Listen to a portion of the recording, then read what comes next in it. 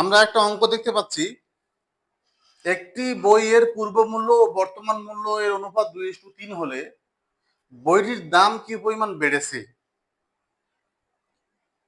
তারা অনুপাত দিয়ে দিছে 2:3, দেখেন, আর বাড়ছে কি পরিমাণ বাড়ছে।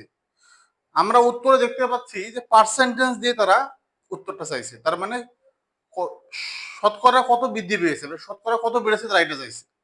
শুধু কতটুকু বাড়ছে এটা না, বরং শতকরা কত বাড়ছে এটা তারা চাইছে। তাহলে আমরা কতটুকু বাড়ছে এটা আগে দেখি। প্রথমে ছিল কত, পূর্ব মূল্য কত ছিল, পূর্ব মূল্য ছিল 2, তাই না? আর বর্তমান মূল্য কত, 3।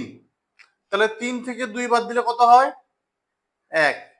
3, তাহলে 1 ভাগ বাড়ছে। 3 ভাগ থেকে 2 ভাগ বাদ দিলে 1 ভাগ বাড়ছে। তো ওরা বলতেছে যে এই 1 ভাগের শতকরা পরিমাণটা তারা বের করতে বলছে।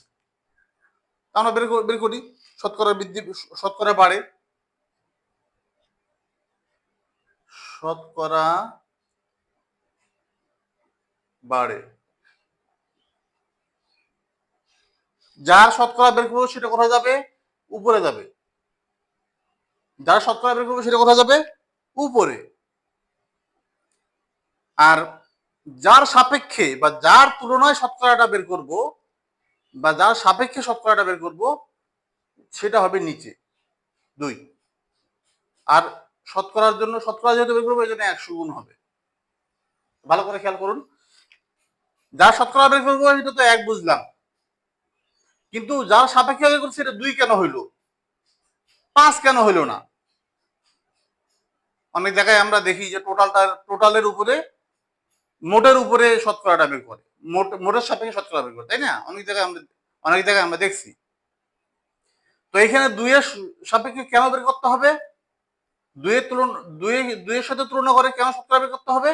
আমরা একটু স্বাভাবিকভাবে চিন্তা করি যে যদি একটা বইয়ের মূল্য 120 টাকা, একটা বইয়ের মূল্য 120 টাকা ছিল, কিন্তু বর্তমানে বইটার মূল্য 150 টাকা, তাহলে বইটার মূল্য কতটুকু বাড়ছে, 150 থেকে 120 বাদ দিলে 30 টাকা, তাই না? এই যে 30 টাকা যে বাড়ছে, এটা আমরা কিসের সাপেক্ষে বলতেছি বা কার সাথে তুলনা করে বলতেছি? 120-এর সাথে তুলনা করে বলতেছি না, 120-এর সাথে তুলনা করে তো আমরা বলতেছি যে 30 টাকা দাম বাড়ছে। 120 টাকা কি পূর্ব মূল্য?